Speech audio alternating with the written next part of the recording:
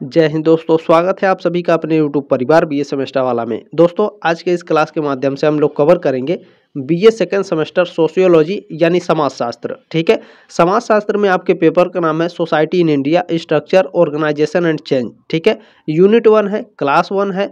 Unit 1 से परीक्षा में प्रश्न कैसे पूछे जाते हैं आपको मैं क्वेश्चन पेपर भी दिखा दूंगा। ठीक है, क्वेश्चन पेपर दिखाने के साथ साथ मैं इसका लिखित अच्छी तरीके से उत्तर भी बताऊंगा कि आपको एग्जाम में कॉपी कैसे लिखनी है और प्रश्नों का उत्तर कैसे लिखना है, बिल्कुल आसान भाषा में। किताबी भाषा आपको रट करके नहीं जाना है, क्योंकि रट करके लिखित एग्जाम आप नहीं दे सकते हैं। दूसरी बात, जिनका लिखित एग्जाम है वो भी इस क्लास को अटेंड करेंगे, जिनका ऑब्जेक्टिव है वो भी इस क्लास को अटेंड करेंगे, क्योंकि लिखित से ही आपके ऑब्जेक्टिव क्वेश्चन बनाए जाते हैं। ये बात आप लोग ध्यान रखिएगा। ठीक है, चले। अब कुछ बच्चे कमेंट करते हैं कि गुरुजी किस यूनिवर्सिटी के लिए है, तो देखें दीनदयाल उपाध्याय गोरखपुर विश्वविद्यालय, सिद्धार्थ यूनिवर्सिटी, महात्मा गांधी काशी विद्यापीठ है, छत्रपति साहू जी महाराज यूनिवर्सिटी, राम मनोहर लोहिया अवध विश्वविद्यालय, Raja Mahendra Pratap Singh state university, Lucknow university, doctor Bhimrao Ambedkar university. आप लोगों का एग्जाम जो है अप्रैल में शुरू हो जाएगा, अप्रैल 2025। ठीक है, महात्मा ज्योतिबा फुले रोहेलखंड यूनिवर्सिटी, बीयू झांसी है, अलीगढ़ मुस्लिम विश्वविद्यालय, चौधरी चरण सिंह यूनिवर्सिटी, बनारस हिंदू विश्वविद्यालय, महाराजा Suheldev university, Maa Shakumbhari university, professor Rajendra Singh university, Veer Bahadur Singh Purvanchal university. कहने का मतलब है उत्तर प्रदेश में जितने भी यूनिवर्सिटी है और उससे जो अफिलेटेड कॉलेज है, जहाँ भी आपके लिखित एग्जाम है, ऑब्जेक्टिव एग्जाम है, आप सभी के लिए ये इंपॉर्टेंट क्लास होने वाली है। ठीक है, तो फटाफट अपने साथियों के साथ शेयर कर देंगे, सब्सक्राइब जरूर कर लेंगे। इसी तरह से मैं आपको थर्ड, फोर्थ, फिफ्थ और सिक्स सेमेस्टर में भी बहुत ज़बरदस्त तरीके से पढ़ाने वाला हूँ। ठीक है, जैसे मैंने आप लोगों को फर्स्ट सेमेस्टर में पढ़ाया, रिजल्ट आप लोगों का बहुत ही बेहतर था। आप लोगों ने जितना प्यार और विश्वास दिया है, आप लोगों का बहुत बहुत धन्यवाद। इसी तरह से मैं दिन रात आप लोगों के लिए मेहनत करूँगा, ये बात आप लोग ध्यान रखेंगे। ठीक है, चले शेयर जरूर कर देंगे, सब्सक्राइब जरूर कर लेंगे। ठीक है, अब आगे बात करते हैं, टॉपिक पर आते हैं। यूनिट 1 से परीक्षा में प्रश्न कैसे पूछे जाते हैं, क्वेश्चन पेपर भी दिखाएंगे और आपको बताएंगे भी कि कॉपी कैसी लिखनी है। ठीक है, चले। मैंने आपका सिलेबस डिस्कस कर दिया है, डिस्क्रिप्शन बॉक्स में प्लेलिस्ट का लिंक है, जा करके आप लोग सिलेबस भी देख लीजिएगा। यूनिट 1 में आपको पढ़ना क्या है, भारतीय समाज की संरचना। ठीक है, जो हमारी भारतीय समाज की है, इसका संरचना किस प्रकार से हुआ है। इसमें आपको गांव पढ़ना होता है, शहर पढ़ना होता है, कस्बा पढ़ना होता है, ग्रामीण और शहर के बीच में संबंध क्या होता है, इसको पढ़ना होता है। अब देखिएगा, मोस्ट इंपॉर्टेंट यूनिट 1 है। यूनिट 1 से आपके 20 नंबर के प्रश्न पूछे गए हैं पिछले साल। ठीक है, चले आपको मैं दिखा देता हूं कि क्वेश्चन किस तरह से पूछे जाते हैं। ये आपका क्वेश्चन पेपर है। ठीक है, क्वेश्चन पेपर देख सकते हैं, सोशियोलॉजी समाजशास्त्र है, मेजर है, मेजर माइनर दोनों बच्चों के लिए है, चिंता करने की कोई आवश्यकता नहीं है। सेकंड सेमेस्टर है आप लोगों का। ठीक है, पेपर का नाम आप लोग देख सकते हैं, society in India, structure, organisation and change. ठीक है ना, चले। 3 खंडों में आपसे क्वेश्चन पूछे जाते हैं, सेक्शन ए, सेक्शन बी और सेक्शन सी। देखिए, गांव, ठीक है, और हो गया सिटी यानी नगर या फिर शहर। सिटी माने क्या होता है, हम लोग बचपन में क्या पढ़ रहे थे, शहर। सिटी माने शहर, तो नगर और शहर दोनों एक ही होते हैं, ये बात आप लोग ध्यान रखिएगा। ठीक है, तो विलेज और सिटी, ये 2 क्वेश्चन आपको मिल गए ना यहाँ पर। पहले मैं आपको दिखा देता हूँ, तभी आपको विश्वास होगा। देखें, आप लोग देख लीजिए, शहर और गांव 2 क्वेश्चन आपको मिले, 6 नंबर के हो गए। ठीक है, अब गांव और शहर और ग्रामीण एवं शहरी में संबंध क्या है, इससे भी क्वेश्चन आपके पूछे गए हैं, टोटल 20 नंबर के। ठीक है, आपको 6 नंबर के मैंने बता दिए, 3 3 6 नंबर के। ठीक है ना, अब आगे देखिए, यहाँ पर देखिए, सेक्शन बी में आपसे क्वेश्चन पूछे गए हैं यूनिट 1 से, भारतीय ग्रामीण जीवन की आधारभूत विशेषताओं का वर्णन कीजिए। ठीक है, एक क्वेश्चन यहाँ मिला यूनिट 1 से। अब यूनिट 1 से यहाँ एक क्वेश्चन और आपका बना है, ग्राम नगर संपर्क की अवधारणा का विवेचन कीजिए। ये क्वेश्चन का आंसर जी बिल्कुल बता रहे हैं, ध्यान से देखिएगा। देखिए, मैंने यूनिट 1 आपको बताया ना, ग्रामीण एवं शहरी में संबंध। ठीक है ना, यहाँ आपसे क्वेश्चन पूछे गए हैं ना, 4 क्वेश्चन आपके हो गए टोटल। ठीक है ना, इन चारों क्वेश्चन का मैं आपको उत्तर भी बता दूंगा। यूनिट 1 से आपके टोटल कितने हो गए, 20 नंबर। ठीक है, 6 नंबर यहाँ हो गए आपके, और आप लोग देख सकते हैं। ठीक है, 6 नंबर यहाँ हो गए, 7 नंबर का एक क्वेश्चन है, यानी 14 नंबर यहाँ से, 14 + 6 टोटल आपके हो गए 20। ठीक है ना, 20 नंबर के क्वेश्चन आपसे पूछे गए हैं यूनिट 1 से। अब एक एक करके चलिए मैं आपको उत्तर बता देता हूँ। देखिए, किताबी भाषा में बिल्कुल भी नहीं पढ़ाता, किताब से मैं नहीं पढ़ाता हूँ, मैं जो मैं पढ़ा हूँ वही मैं पढ़ाता हूँ, ठीक है। मैं अपने हिसाब से पढ़ाता हूँ, जितना मुझसे हो सकता है मैं लोकल लैंग्वेज में पढ़ाने का प्रयास करता हूँ, ताकि आप लोग लिखने में आप लोगों को ज़रा भी दिक्कत ना हो। ऐसा नहीं है कि मैं जो पढ़ा रहा हूँ आप वही लिख देंगे तो आपको नंबर नहीं मिलेगा, पूरा नंबर मिलेगा, ये बात आप लोग ध्यान रखिएगा, ठीक है। तो पहला क्वेश्चन है गाँव, दूसरा है आपका नगर। पहले इन दोनों क्वेश्चनों का उत्तर बताऊंगा, फिर जो लॉन्ग आंसर है आपके लॉन्ग क्वेश्चन उसको 200 शब्दों में लिखना है, ये भी आप लोगों को ध्यान में रखना है, और इसको 50 शब्दों में लिखना है। अब इन दोनों प्रश्नों जो 50 शब्दों में है और 200 शब्दों में, इन प्रश्नों को लिखना कैसे है ये भी मैं आपको बताऊंगा, ठीक है। चलिए क्लास को स्टार्ट करते हैं। चलिए दोस्तों स्टार्ट करते हैं। पहला क्वेश्चन आपका पूछा गया था 3 नंबर में, ठीक है, कि गांव क्या होता है, विलेज क्या होता है, 50 शब्दों में आपको उत्तर देना होता है। अब 50 शब्दों में उत्तर कैसे लिखना है, और जिन बच्चों को 100 शब्दों में उत्तर लिखना है वो भी इसको लिख सकते हैं, चिंता करने की आपको कोई आवश्यकता नहीं है। कितने बच्चों को 70 शब्दों में उत्तर देने के लिए बोला जाता है यूनिवर्सिटी में, तो 70 शब्दों वाले बच्चे भी इस क्लास को अटेंड कर सकते हैं, ठीक है ना। तो गांव क्या होता है, विलेज क्या होता है, अगर आपको लिखना है, अगर आप नहीं पढ़े हैं तो भी आप लिख देंगे, केवल 1-2 बार आप इस क्लास को अटेंड कर लेंगे तो भी, ठीक है। चले आपको क्वेश्चन का उत्तर कैसे लिखना है देखें। गांव एक बस्ती है जहां कम संख्या में लोग प्राकृतिक वातावरण के बीच निवास करते हैं, ठीक है। यह कृषि, पशुपालन और कुटीर उद्योगों पर आधारित होता है। कुटीर उद्योग माने जो छोटे उद्योग होते हैं, ठीक है। अच्छा, गांवों में शुद्ध हवा, हरियाली और सामूहिक जीवन का माहौल होता है, बिल्कुल अपने लैंग्वेज में है, ठीक है, किताबी भाषा नहीं है। यहाँ के लोग परस्पर सहयोग और मेल जोल से रहते हैं। शहरों की तुलना में गांवों में आधुनिक सुविधाएं कम होती हैं। आप सभी लोग जानते हैं शहरों की तुलना में गांवों में जो आधुनिक सुविधाएं हैं वो कम होती हैं। 10 किलोमीटर 5 किलोमीटर हमको चौराहे पर जाना पड़ता है अगर हम गांव में निवास करते हैं तो कोई भी सामान लेना हो तो, ठीक है ना। अच्छा, आगे आपको लिखना है, लेकिन प्राकृतिक सौंदर्य और शांति अधिक होती है। आप सभी लोग जानते हैं शहरों की अपेक्षा गांवों में शांति बहुत ही ज़्यादा होती है, प्राकृतिक सौंदर्य भी ज़्यादा होता है, हरियाली होती है, ठीक है ना। भारत की अधिकांश जो जनसंख्या है वो गांवों में निवास करते हैं बाबू, ठीक है, ध्यान रखिएगा, मोस्ट इंपॉर्टेंट है। और ये लगातार आपके एग्जाम में पूछे जा रहे हैं पिछले कई वर्षों से, ठीक है ना। तो जो मोस्ट इंपॉर्टेंट है, बहुत ही ज़बरदस्त तरीके से आपकी तैयारी कराई जाएगी, बीए सेमेस्टर वाला आपके साथ है। चलिए अब दूसरा क्वेश्चन देखते हैं, इसमें क्या पूछा गया है आपका। देखिए दूसरा क्वेश्चन 3 नंबर में आपका पूछा गया था कि सिटी शहर या फिर नगर क्या है, ठीक है। तो नगर एक मानव बस्ती है जो आकार, जनसंख्या और सुविधाओं के आधार पर गांव से बड़ी होती है, ठीक है। यह प्रशासनिक, व्यापारिक, सांस्कृतिक और औद्योगिक केंद्र हो सकता है। नगरों में सड़कें, बाजार, स्कूल, अस्पताल और अन्य बुनियादी सुविधाएं होती हैं। देखिए मैं पर्सनली गांव में रहता हूं, और मैं गांव से शहर में पढ़ने जाता था, ठीक है, कॉलेज में पढ़ने जाता था। स्कूल तो गांव में ही होता है, ठीक है। गांव-गांव में भी आपके स्कूल में जाते हैं, लेकिन कुछ अच्छे स्कूल शहरों में भी होते हैं। तो बाज़ार जाने के लिए भी हमको जाना पड़ता है 5 किलोमीटर 10 किलोमीटर गाँव से शहर में, ठीक है। अस्पताल के लिए भी सड़कों जो अच्छी सड़कें होती हैं, ठीक है। गाँव में तो अब प्रेजेंट टाइम में गाँव में भी अच्छी सड़कें हो गई हैं, लेकिन पहले नहीं थी, ठीक है ना। तो ये सभी सुविधाएँ, ठीक है, नगरों में अच्छी होती हैं गाँवों से। तो ये बात आप लोग ध्यान रखेंगे। आगे आपको लिखना है यहाँ की जनसंख्या, यानी जो नगर है, नगर की जनसंख्या का जो घनत्व है वो अधिक होता है। घनत्व माने पास-पास होते हैं, ठीक है। जो शहर में होते हैं उनकी जनसंख्या क्या है, पास-पास होती है, एकदम घनत्व उनका कम होता है, ठीक है, अधिक होता है, सॉरी, अधिक होता है, यानी पास-पास ज़्यादा होते हैं, और गाँव में घनत्व कम होता है।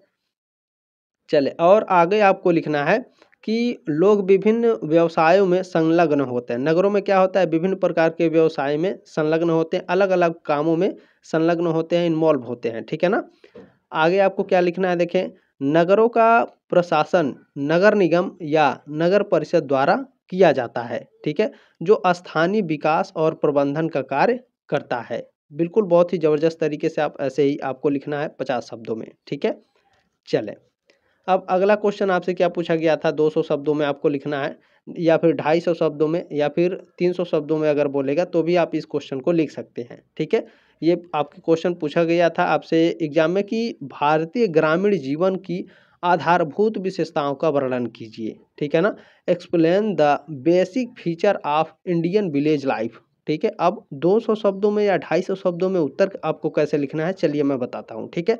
उत्तर आपको ऐसे लिखना है, देखें, भारतीय ग्रामीण जीवन की आधारभूत विशेषताएं भारत की सांस्कृतिक, सामाजिक और आर्थिक पहचान को दर्शाती है। भारत की अधिकांश आबादी गांवों में निवास करती है, आप सभी लोग जानते हैं, जैसे मैंने आपको पढ़ाया, ठीक है। जहां जीवन प्रकृति और परंपराओं के साथ गहराई से जुड़ा हुआ है। ग्रामीण जीवन की प्रमुख विशेषताएं निम्नलिखित है, यानी जो गांव वाला जीवन है उसकी क्या क्या विशेषताएं होती हैं, देखें। गांव की विशेषता होती है कि हम लोग खेती पर निर्भर होते हैं, ठीक है। हम लोग चावल बोते हैं, गेहूं बोते हैं, मटर होता है, मसूरी होता है, हमारे यहाँ रहर होता है, ठीक है। हम लोग कृषि पर निर्भर होते हैं, गांव के रहने वाले हैं, ठीक है।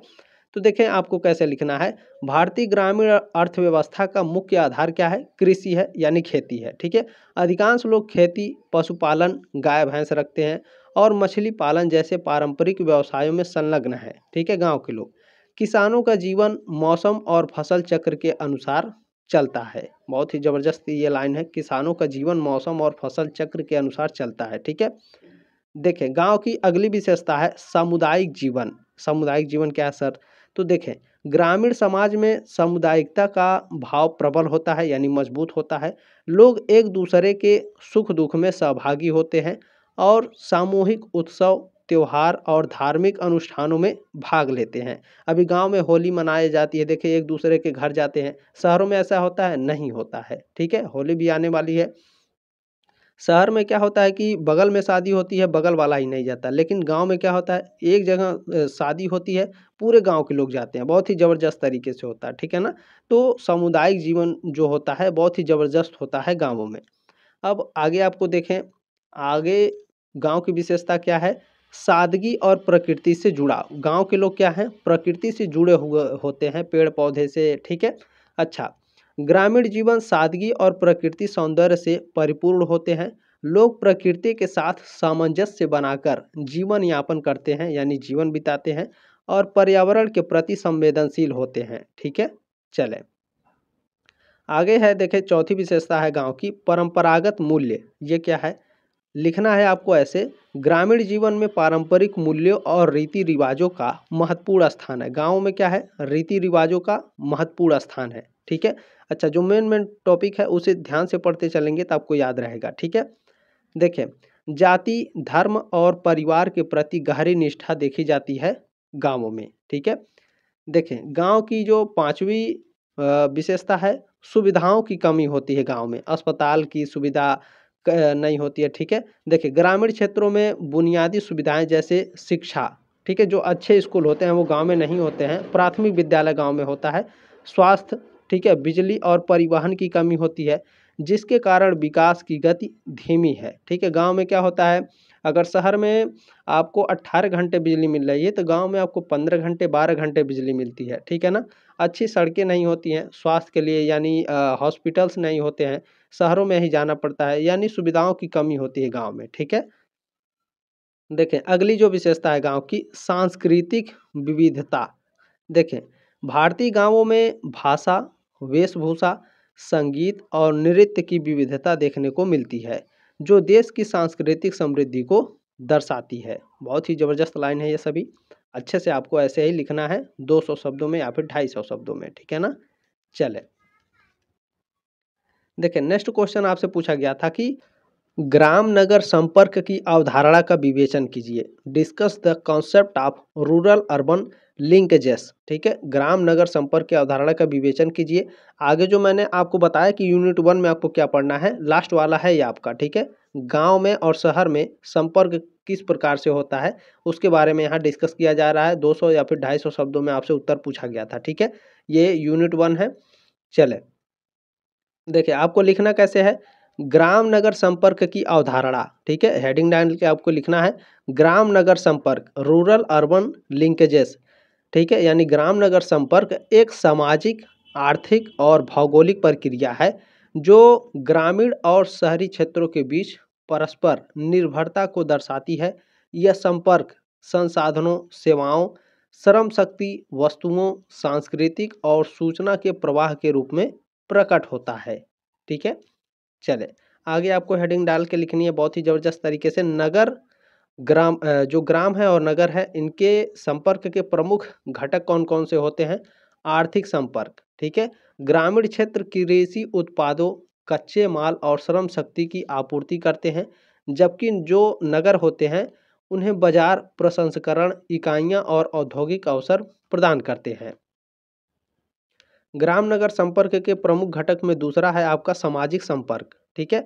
शिक्षा, स्वास्थ्य सुविधाएं और आधुनिक जीवन शैली के प्रभाव गांवों में नगरों के माध्यम से पहुंचते हैं, ठीक है।